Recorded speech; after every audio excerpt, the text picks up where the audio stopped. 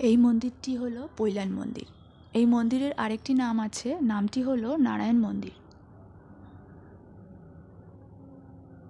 এই মন্দিরের ভেতরে কোনো ছবি তোলা যাবে না, বাইরে আপনারা ছবি তুলতে পারবেন।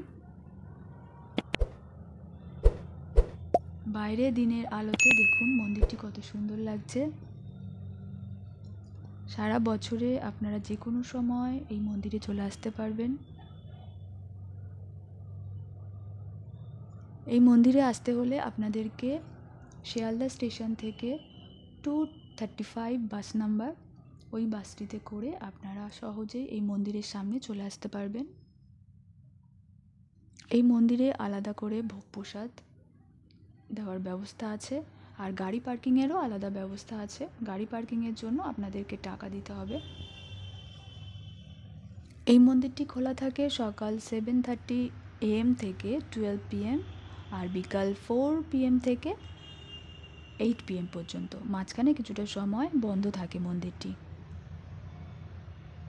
আপনাদের ইচ্ছে হলে আপনারা চলে আসতেই পারেন, ভালো লাগবে।